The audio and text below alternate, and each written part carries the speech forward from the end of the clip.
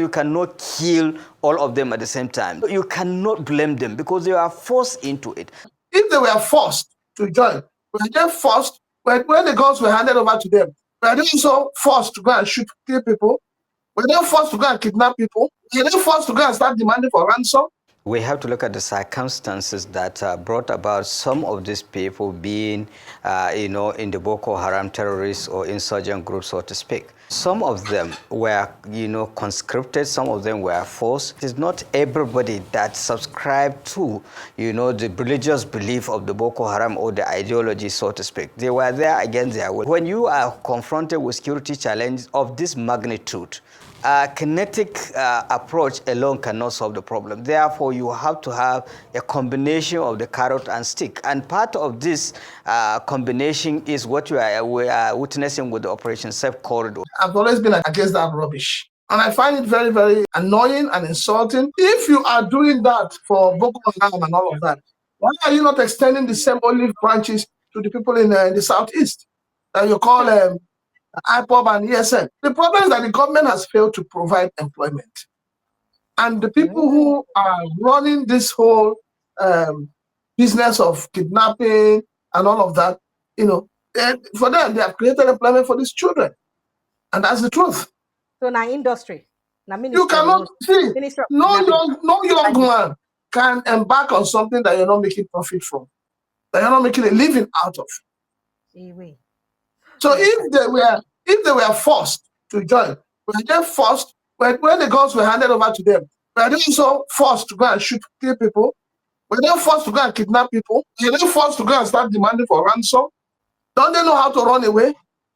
Even some of the ones you have brought back and you say you want to integrate them, what has happened to them? We have heard severally how some of them have ended up selling out information to the same people that you claim that forced them into it. It's unfortunate that the government keeps, or some people in government keeps giving excuses for crime.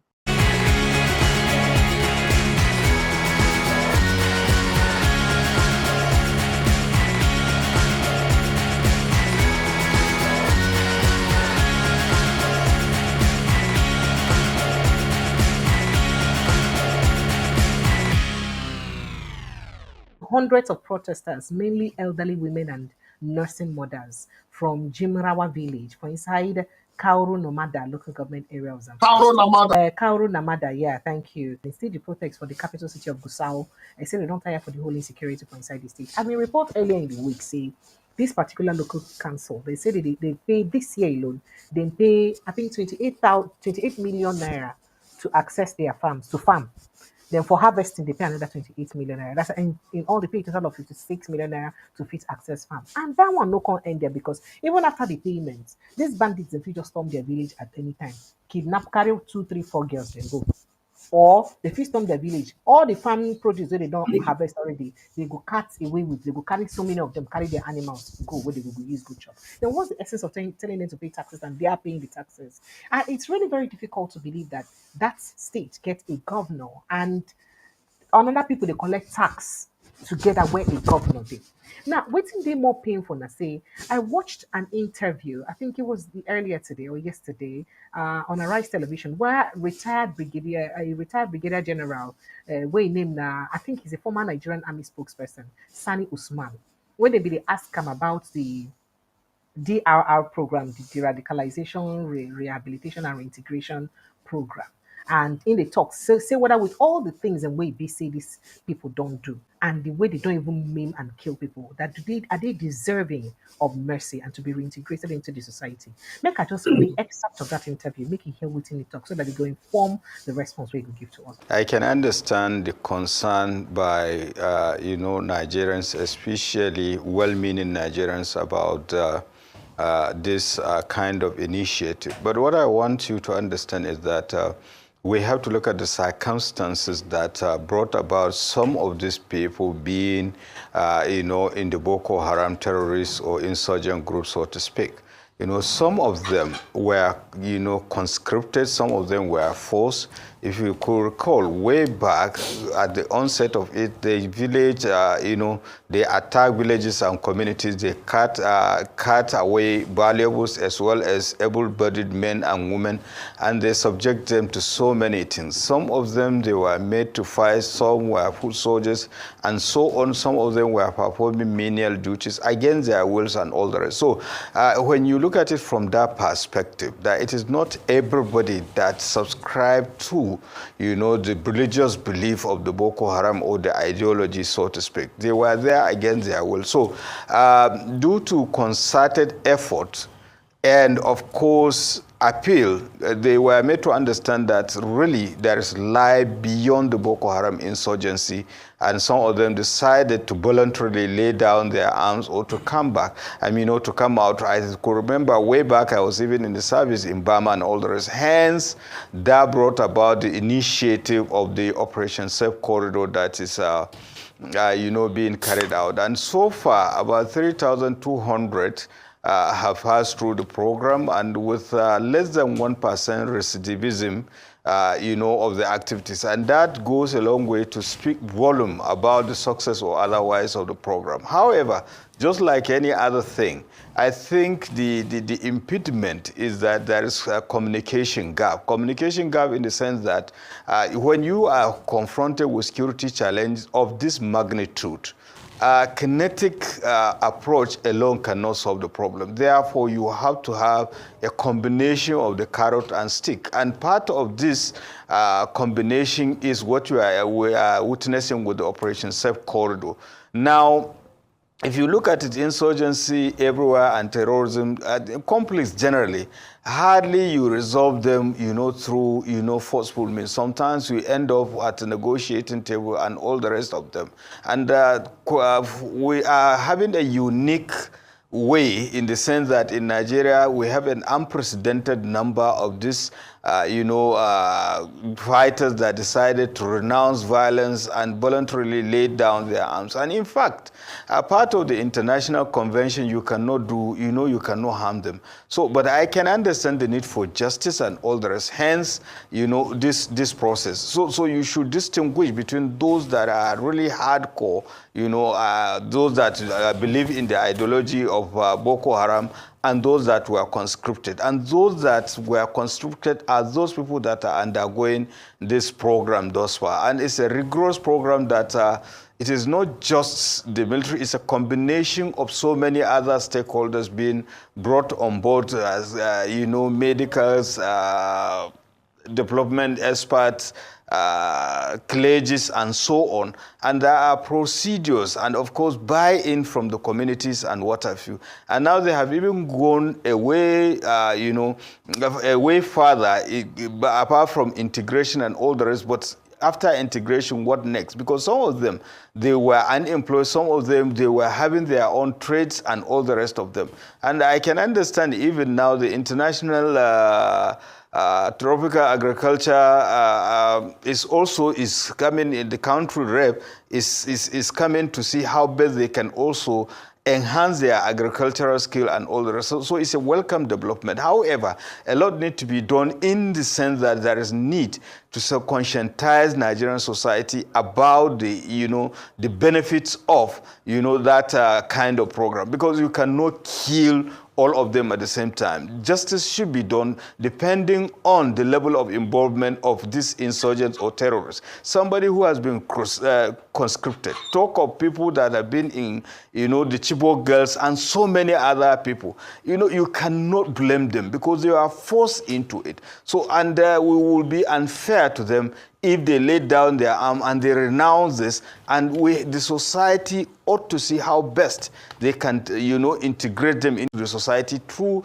a particular, through a process which is being done as it is. But of course, those of them that are deeply involved, you of course know the program in Giwa Barracks about, I think, the 7th batch are undergoing trial as it is. So people should understand the difference between those people who are undergoing Operation Safe Corridor in Malan City and those who are facing trial And of course, naturally, everybody should be concerned. And you are even putting it mildly, the issue of, the atrocities they have committed. For the past 15 years, you know what is happening. And in fact, if you go to places like Burma and all the rest, Kondogan, you will weep. You will weep in the sense that there is nothing, absolutely nothing. Not even, electric, street lamp. That is spared, talk less of businesses, petrol stations, schools, places of worship, markets, hospital, and all the rest, they were destroyed. And we're not even talking about the invisible scars, the relationship that has been, soured, because under normal circumstances, especially in the northern part, among the Muslims, anytime somebody says Salaam Alaikum, of course you are obliged to assist and support him. But this time around, you have to look at him or her twice. Just to tell you, so a lot of damage has been done, and so it is understandable, and so there is so much that need to be done General Usman, to, communicate. Some would say that what you're postulating is against the principles of justice, equity, and good conscience. Yeah. Because when you look at the fabric of our society and the laws that do govern us, be it the penal or the criminal code, there is a Latin maxim that says ignoratum non excusat. That means the ignorance of the law is not an excuse for you not to be punished by the law. And aiding and abetting is also a massive crime under law. So if you say that because these people were victims or they were victims of situation, we've had people who have also been victims of situation face the full wrath of the law. If we make excuses for them, then we should make excuses for everyone, probably who has been a victim of situations, regardless of their complicity in any crime. What do you make of this?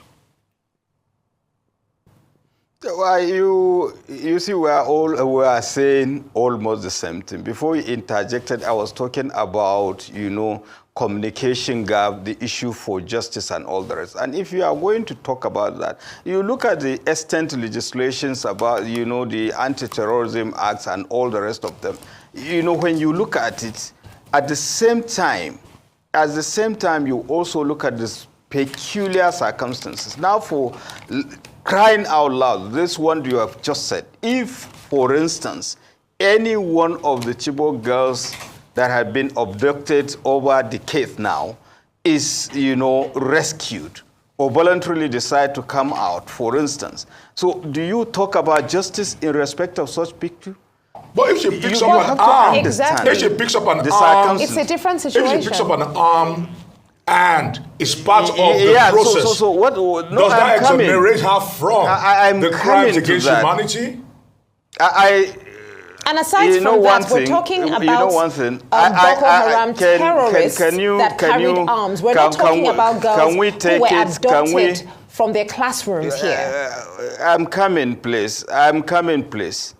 If only you will listen the way I listen to you, we will come to that aspect. Now, I just use that as an example.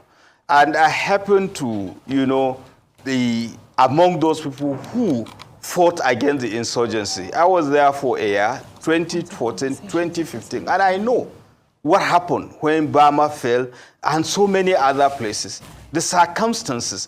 And in any case, there is nothing religious about it. People were conscripted, people were forced. You may not believe it, and I will tell you this.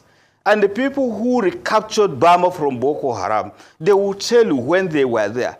The central mosque in front of the Shehu of Burma's mosque, palace, what did they see in that mosque?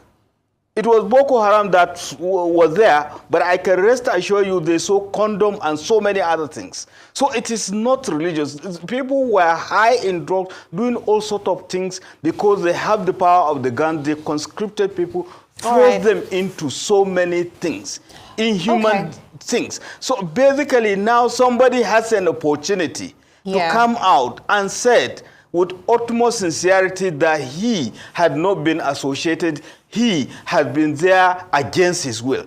Now, what do? Do you kill the person? Yes, you have to, and you have to, verify his claim and all the rest, and those are the processes. And what I was saying is that a lot is being done, and unfortunately, it is not being communicated properly. Okay. That is what I'm saying. And of course, when you are involved, now I'm coming. It may surprise you that there are even African countries that are coming to study the model that we are having. And these are the kind of things that we should put out there. And all right. Of course, like I said, no system is perfect. I agree. There is need for buy-in of people so that they will understand, so that the issue of justice, I wholeheartedly subscribe to the issue of justice, not only to the victims of these atrocities, but even to the perpetrators of the crime. People, they wonder, say, it don't reach level where it be, say, would they still the talk, say, we suppose ensure, say, we give these people amnesty, or would they justify the fact, say, we give them amnesty? Especially considering, say, most of them, they still go back to help their other brothers them again along the line. They still go back. In fact, as a matter of fact, about Borno State Governor, and I talk on the other time, say, he no go deny the fact, say, no be all the people we don't they repented. No, they go back to the work they do before. But say it no matter, make we still the drum. So people are wondering that why do we really have to give these people amnesty? Why do we really have to have mercy on them? Why do we have to do this? Why do we even have to spend resources on them and then integrate them back into the society where it be, say, the people where they don't hurt and harm and kill their family members, and these people will come see them? How do you expect it to play out? As a matter of fact, remember there's a video I played once to you about a particular man who saw the person who kidnapped him. He's been released and given amnesty. And he was tortured. He was part of those Kaduna, Abuja rail incident, kidnap incidents. Yes, he was part of them. And he said he didn't even know how to feel about it. But a part of him just said he needs to let go. So people will be saying, this one I just kidnap that man. So imagine people will be saying, kill their family members, clean their family. And you see that person when they clean your family, just the waka they come up for road. How will that make you feel? This is the question where BC people they ask. Because I don't know whether na so other countries, and yes, you understand, waiting Oga Brigadier General, they talk, say, according to international convention, once they don't surrender, you know, go feed do them this one, you know, go feed do them that one. Imagine what happened yesterday when we tell them, say, George Bello, he say he surrender some arms, can't release some people where he kidnapped. But we still heard on the ground, on the ground, say they still alarm to go back with some more arms. Say because the reason we make the alarm to go back with some arms now because making other opponents them no see and can't kill him. So he needs arms to protect himself so that his other opponents will not kill him. So he just released or surrendered some of his arms and still kept other part of his arms. And then release people when hold on captivity. And you're telling me the same Trojibello will not go back again to the same thing when they do again? Sometimes it's good for us to, look at some of these conversations so that we'll even understand the mindset of the people that we be say they rule us and why did they take the decisions and where it be say they take. And some of these things worries some people a lot, especially because now see for Zamfara State, what I was reading about the insecurity in Zamfara State. The people are worried. They say they're tired. They are tired.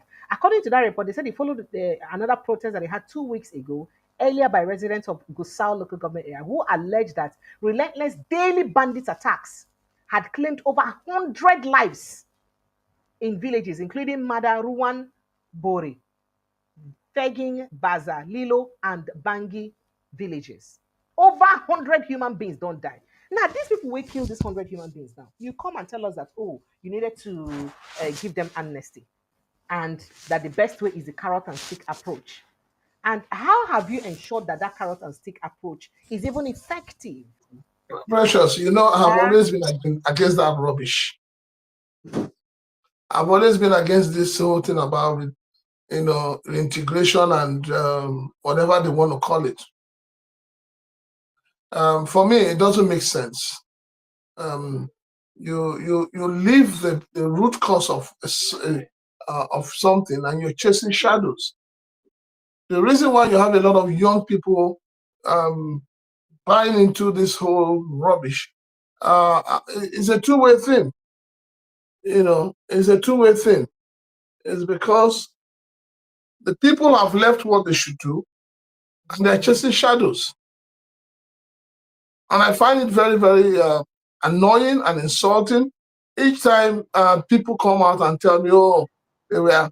If you are doing that for Boko Haram and all of that, why are you not extending the same olive branches to the people in the southeast that you call IPOB and ESN? Why are you not extending the same thing to them? Right. The problem is that the government has failed to provide employment, and the people who are running this whole business of kidnapping and all of that, you know, for them they have created employment for these children, and that's the truth. So now industry, now you cannot see no young man can embark on something that you're not making profit from, that you're not making a living out of. So if they were forced to join, were they forced when the guns were handed over to them? Were they also forced to go and kill people? Were they forced to go and kidnap people? Were they forced to go and start demanding for ransom? Don't they know how to run away? Even some of the ones you have brought back and you say you want to integrate them, what has happened to them? We have heard severally how some of them have ended up selling out information to the same people that you claim that forced them into it. So I mean, it's you know, it's unfortunate that the government keeps or some people in government keeps giving excuses for crime.